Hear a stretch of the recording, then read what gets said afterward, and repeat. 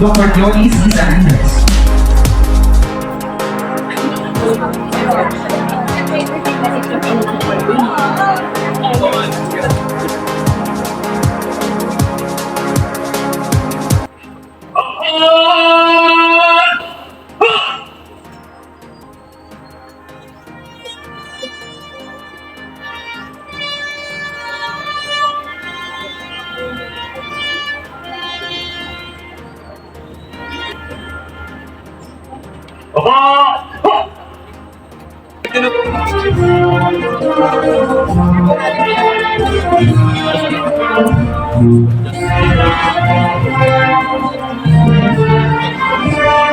Ang Bulacan, Daniel R. Fernando. Pangalawang punong lalawigan, Alexis C. Castro. Punong lungsod ng Malolos, Christian D. Natividad. Ginang Gina C. Baguhan, kinatawahan ng NHCP. Ang atas po sa akin, maalam na magtanggap sa bawat isang kasalukuyan kasama natin gumugulita sa 126 na pagkakasigaw ng intelijensiya o kalayaan ng ating bansang Pilipinas. Sa araw na ito, sa bandang hapon, sa 126 na taon na nakaraan, pinunit ng sigaw ng kalayaan sa kawit sa Cavite na dati tawag natin LPO noong mga panahon ngayon ng ating dictatorial President General Emilio Aguinaldo sa pamamagitan po ng pagbasa ng isang akta de la Proclamación de la Independencia del Público Filipino na kung saan po ay inilatag niya sa 21 pahina ang pagkaroon ng sariling kasanligan na ating mga Pilipino na matagal na nating inahangal sa ating mga banyagang kolonyalismo na Espanya sa loob ng mahigit kumulang na 400 taon. Sa araw din po ito, dito naging tampo ang pagkakatatag din po ng kauna-unahang mga gabinete na bubuo sa isang revolutionary government patungo dito sa Barasoy Church kung saan ang kauna-unahang Kongreso ng Pilipinas ay maghahabi at magpapasa ng iba't ibang mga batas. Ang pinakamagandang kanilang ay pamana sa atin ang sa kauna-unahang saligang batas hindi lamang sa Pilipinas bagkus sa buong Asya na nagluwal din po na kapanganakan ng kauna-unahang republika sa buong Asya. Sa panahon po na yun, matapos mabawi ng mga naging magsik ang bayan ng Batangan, ang bayan ng Cavite, ang bayan ng mga Kapampangan, ang bayan ng mga Tagalog kasama ang Bulacan, ang bayan na kapalibot sa kasalukuyang Maynila na Oy, Murong, Rizal. Ang ating mga kasumahang Pilipino, ang ating mga ninuno ay nagtaguyod ng isang malayang bansa. Iba't ibang panahon, iba't ibang sigaw, iba't ibang mga pinuno, iba't ibang mga mamamayan. Ngunit, iisa ang nananatiling bansa. Iisa ang mananatiling sigaw, kalayaan at kapayapaan para sa ating bayan. Kaya sa diwa po na yan, sa ating magiging pagtanggap sa inyo, hindi ko na isa-isahin ang lahat ng dumalo dito. Bigyan galang mo lamang po ang lahat ng pinuno ng lokal na pamahalaan na lalawigan ng Bulacan sa pangunguna po ng ating mga kinagawa, para natin mga congressman, ang ating mga mayors, ang ating mga councilors, ang ating mga vice mayors, ang mga provincial board members, ang lahat ng mga kasama natin dito na dumumulita sa araw na ito, sa ating mga kasama mula sa PNP, ang ating vice mayor, ang ating NHCP, at syempre po ang ating simbahan sa panguna ni Bishop Dennis Villarojo, kasama rin po ang ating mga kasamang mula sa provincial government, sa panguna po ng ating ginagalang na Vice Governor na sagot niyang palalawigan, Alexis Castro, palapagan po natin. At ang ating pong minamahal na punong lalawigan ng Bulacan, ginagalang Daniel R. Fernando. Mamaya po ay bibigyan akong pagkilala ang pinaka-akma na mabigat para uwi po natin sa araw na ito. Mamaya po ipapakilala ng ating mahal na gobernador ang magbibigay po sa atin ng napakagandang mensahe at magandang kulay sa pagulita po ng ating araw ng kalayaan. Kaya po sa diwang yan, muli sa kanan ng mga mamayan ng Malolos, sa kanan ng ating lungsod, muli po namin kayo tinaragap sa araw na ito na pagdiriwang ng ating araw ng kalayaan. Maraming salamat po. Magandang umaga sa inyo lahat at pagpalain po sa ating pinakainalungka. So magandang umaga po sa kanila lahat. Good morning. Isang maaliwala sa kalayaan po para sa ating lahat. At ipapasalamat po ang lalawigan ng Bulacan sapagkat tayo po ay pinagbigyan po para po sa araw na ito. So, mamaya po pakikilala natin ang gusto. Palakpakan po natin, Speaker, ginagalang Speaker Ferdinand Martin Romualdez. Palakpakan po natin. Police Brigadier General Jose Hidalgo Jr. Palakpakan po natin. Ginagalang Alexis Castro. Si Mama Gina Batuan. Okay, sa ating Mayor ng Lungsod ng Malolos, Bugado Christian Natividad, Vice Mayor Miguel Alberto Bautista, ang ating pong Bishop Dennis Miro, Reverendo Padre Domingo Salonga. Palapakan po natin silang lahat. Sa lahat po ng ating mga congressmen, sa lahat po ng ating mga mayors, sa lahat po ng ating mga vice mayors, board members, mga councilors, mga kapitan, ang ating pong mga kagawad, sa ating pong mga NGOs, private sector, palapakan po natin silang lahat. Mga kawani, pinuno ng tagapan sa Provincial Government of Bulacan, sa pauna po ng ating admin Antoine Constantino, palapakan din po natin at lahat po ng mga nandito. Pagbati sa natatanging araw nito para sa dakilang lahing Pilipino. Ginugunita natin ang 126 na anibersaryo ng proklamasyon ng kalayaan ng Pilipinas. Ang pook ay Cavite. Ika-12 Hunyo 1819. Ibinigay sa unang pagkakataon ni General Emilio Aguinaldo ang bandila ng bansang Pilipinas. Higit sa okasyon at pagdiriwang, ang araw nito ng kalayaan ay simbolo ng ating pagkakabuklod at pagkakaisa. Ito rin ay panahon upang alalahanin ang mga sakripisyo at pagsisikap ng ating mga bayani na ipaglaban ang kalayaang tinasamasan natin ngayon. Ang kalayaang kinasanayan na, kalayaang kadalasan ay pinapaliwala at kung magkaminsan ay inaabuso pa. Ito ang kalayaang dinubos ng buhay at ng dugo ng ating mga ninuno. Pakatandaan po natin, ang pakibat ng kalayaang ito ay responsibilidad para sa mundong ating ginagawa. Kapag lingon sa kasaysayan, natutunan natin ang mga tagumpay at pagpapalaga ng ating mga bayani. Ito po ang ating inspirasyon. Sa ating mga bagong panahon, ipagpatuloy po natin ang labang ito na kanilang masimulan na. Sikapin natin itaguyod ang tunay na kalayaan. Kalayaan sa gutom at kahirapan. Kalayaan mula sa iba't ibang uri ng pamamalupit at karahasan. Kalayaan mula sa kamangmangan at baluktot na kaisipan.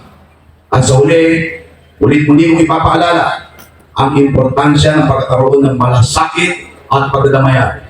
Bulakenyo sa kapwa Bulakenyo, Pilipino sa kapwa Pilipino. Ang pagmamahal sa ating lalawigan at bansa ay hindi limitado sa pagdiriwang natin ng araw ng kasarinlan. Pagpus ito ay dapat isabuhay araw-araw. To our heroes, to the men and women who sacrificed their lives so that we may live in freedom today. We remember you and we honor you. Thank you for your bravery. Thank you for our freedom. Palakpakan po natin ang ating mga bayani. Mabuhay po ang lalibigan ng Bulacan. Mabuhay ang malayang bansang Pilipinas. At ipapakilala po natin ngayon ang ating panayang pandangal. Lubos ang aking kagalakan sapagkat ang ating panayang pandangal sa makasaysayan ng pagdiriwang na ito ay kilalang nangunguna sa pangangalaga sa kalayaan. Isa karangalan pong makapiling ang isang takilang leader na nagmula sa lahi ng mga lingkod bayang may malasakit sa mamayan at may malinaw na bisyon para sa ating bansa. Bago siya sumabak sa serbisyo publiko, pinagyaman niya ang kanyang kakayahan nang matapos siya ng Bachelor of Arts in Government sa Cornell University noong 1985. Special Studies in Administration and Management sa Harvard University noong 1988 at Bachelor of Law sa University of the Philippines noong 1992. Professional and political career. Tamat ang kalansang bilang mahusay na abogado na naik sa puso ng ating panimpandangal ang tawag sa serbisyo publiko. Kaya po ng kanyang ama na amulat siya sa pangangailangan ng mga lentenyo. Dahilan para siya ay tumakbo at maihalal bilang kinatawan ng unang distrito ng Leyte noong 2007. Nanatili siya kinatawan ng Leyte noong 2019 kung saan naglingkod rin siya bilang House Majority Leader ng 18th Congress. Habang patuloy na kinakatawan na ang unang distrito ng Leyte mula 2022 hanggang sa kasalukuyan. Sumapit din ang panahon upang ipagpatuloy niya ang laban doon sa ganap na kalayaan at kaunlaran ng lahing Pilipino.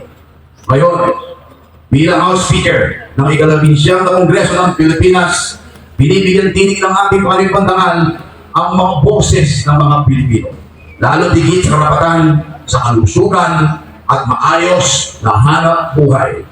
Sa lilim ng kanyang pamumuno, nagpatibay ang mahalagang batas sa gaya ng Republic Act 11959, Original Specialty Centers Act, at Republic Act No. 11965 o Caregivers Welfare Act. Tinawaran din siya ng FAMAS Excellence in Public Service noong August 2023. Sa gitna ng pagkilala, tunay siyang ikinarangal at kinarangal ng mga Pilipino sa kanyang serbisyong ramdam ng mamamayan. Mula po sa mga Bulakenyo, again sir, maraming salamat po sa inyong palagi ang paglingap sa aming lalawigan sa pamagitan po ng assistance to individuals in crisis situations o yung AICS at iba pang patuloy o tulong para sa ating mga kababayan. Speaker, maraming salamat po sa lahat po ng mga tulong nyo. In behalf of the Bulakeños, thank you so much. Mga minamahal ng Bulakeño, panatag tayong aharap sa hamon ng panahon dahil kaysa natin ang ating House Speaker na may pagmamahal sa bayan at determinasyong maitaguyod ang isang bagong Pilipinas na ating ipinagmamalaki. Sa diwang ito, pwede po bang tumindig kay lahat? At salubungan po natin ng isang masibagong palakpakan ang House Speaker ng Executive na Kongreso ng Pilipinas, iginagalang Ferdinand Martin Romualdez.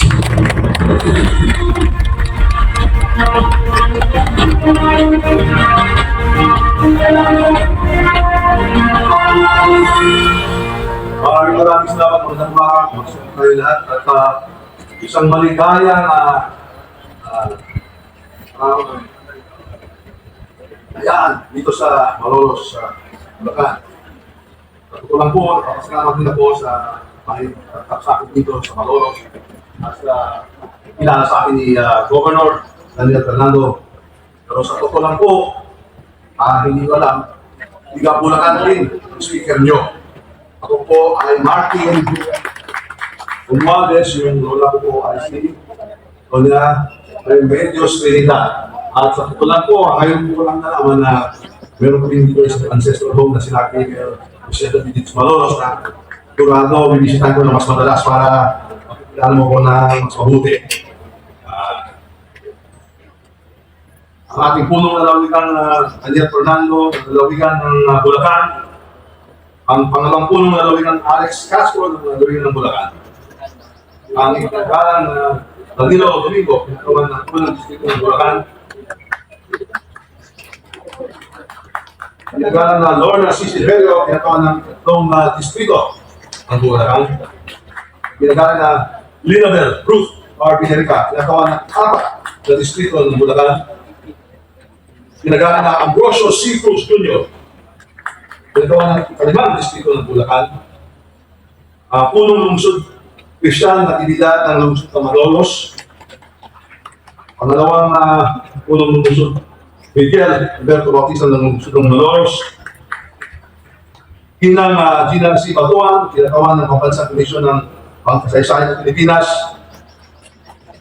Police Brigadier General Jose S. Dalto Jr., Regional Director, PNP, 23. Lupang Kalanganan, Denny C. Villarobo, DD, Obispo ng Malolos. Reverendo Padre Domingo M. Salonga, Pura Oroco, Parokya ng Nuestra Señora del Carmen, Rosario, Malolos. Mga punong bayan, mga pangalawang punong bayan, mga kapwa kong kawani sa gobyerno, mga kababayan, mga kapwa Pilipino. Magandang araw sa inyong lahat. Isang malaking karangalan na makasama kayo sa pagdiriwang ng ating araw ng kalayaan dito sa kaysayang simbahan ng Rosario sa Malolos, Bulacan. Mahalaga ang papel ng simbahan ng Rosario sa ating kasaysayan. Dito, isinilang ang unang republika ng Pilipinas na kauna-unahang demokratikong republika sa buong Asya. Saksi ang mga dingding dito sa pagtatag ng ating Kongreso kung taong 1898 kung saan naganap ang kaunang sesyon ng ating legislatura. Dito rin, inihain at isinulat ang saligang batas ng Malolos na nagbibigay daan sa ating pagiging malaya mula sa mga pananakot. Ang mga sakripisyo at kabayanihan ng ating mga ninuno dito sa Parasayan ay isang paalala sa ating tunay na diwa ng kalayaan. Sa kanilang tapang at determinasyon, natamo natin ang ating kalayaan. Sila ang nagbigay ng daan upang tayo ay mamumuhay ng malaya at marangal. Dito sa simbahan na Parasayan, nabuklod-buklod ang ating mga ninuno upang taguyod ang isang bansa, malaya at may dignidad. Sa araw na ito, hindi lang natin pinupunita ang kanilang bayanihan, kundi tinatanggap din natin ang hamon na kanilang iniwan. Ang kalayaan ay hindi lamang isang pribilehiyo, kundi isang responsibilidad. Tayo, bilang mga Pilipino, sa makabahang panahon, ay may tungkuling ipagtuloy ang laban para sa kalayaan. Hindi lamang laban sa mananakop, kundi hindi laban sa kahirapan, katiwalian, at kawalan ng katarungan. Ang pagdiriwang ng araw ng kalayaan ay hindi lamang pagbabalik tanaw sa ating makulay at ang ating kaysaysayan. Pagkakataon din ito para tayo makaisa sa pagbuo ng isang mas maunlad at makatarungan lipunan. Sa bawat hakbang nating patungo sa unlaran, naway nating tandaan ang mga aral ng nakaraan at ang mga sakripisyo ng ating mga ninuno. Sa ating lahat, isang maligayang pagdiriwang ng araw ng kalayaan.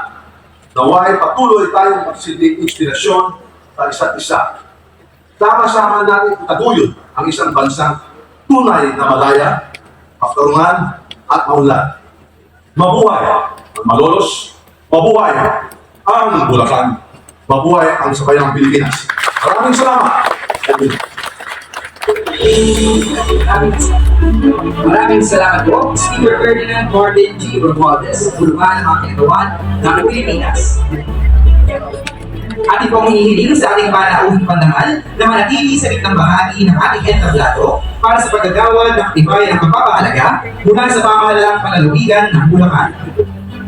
Ang pamahalaang panalawigan ng Bulacan ay taus-pusong iginagawad ang katibayan ng pagpapahalaga kay iginagalang Ferdinand Martin G. Romualdez, House Speaker, Kapulungan ng mga kinagawan ng Pilipinas. Bilang pasasalamat sa ngalan ng mga mamamayan ng lalawigan ng Bulacan sa kanyang pagkakaunlak at ibabahagi ng mahalagang panahon at katangi-tanging kaalaman bilang panauhing pandangal sa pagdiriwang ng ika-126 na anibersaryo ng Proklamasyon ng Kalayaan ng Pilipinas at bilang pagkilala sa kanyang mahusay at matapat na liderato sa pagtakda at pagpapatibay ng mga batas na magtataguyod ng panghalatang kapakanan at pagsusulong ng pagbangon ng ekonomiya, pagbawas ng kahirapan, probisyon ng mabuting serbisyong pangkalusugan at maayos na pagkakaloob ng mga pangunahing pangailangan ng mga mamamayang Pilipino. Ihinawad ngayong ika-12 ng Hunyo, taong 2024 sa buong mapasaysayan ng Simbahan ng Baraswain, lungsod ng Malolos, lalawigan ng Bulacan. Nilagdaan Daniel R. Fernando, punong lalawigan. Sa punto pong ito ay pagkakaloob naman ng Pambansang Komisyong Pangkasaysayan ng Pilipinas ang ilang aklat pangkasaysayan sa ating panauhing pandangal. Nagagampanan ni Ginang Gina C. Batuhan.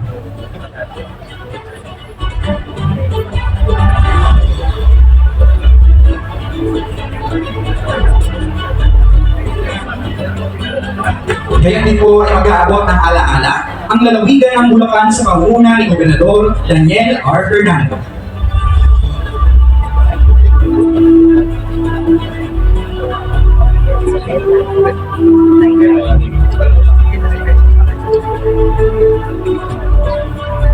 Muli ay maraming salamat po, Speaker Ferdinand Martin G. Romualdez, Kapulungan ng mga kinagawa ng Pilipinas. Naging makabuluhan at makulay ang pagdiriwang ng 126 na taong anibersaryo ng Proklamasyon ng Kalayaan ng Pilipinas. Dahil sa inyong mahalagang pagdalo at kayo ay aming makapiling sa makasaysayang araw na ito. Ipagbunyi po natin ang kalayaan ng ating minamahal na bansang Pilipinas. kalayaan, kinabukasan, kasaysayan. Magandang umaga, ako po si John Louis B. Esguera. Mabuhay ang 126 na taon ng Proklamasyon ng Kalayaan. Mabuhay ang Republika ng Pilipinas.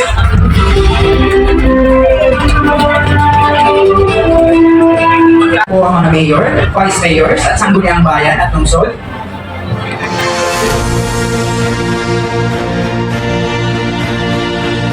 Mga bumuo ng sangguniang bayan at mga sangguniang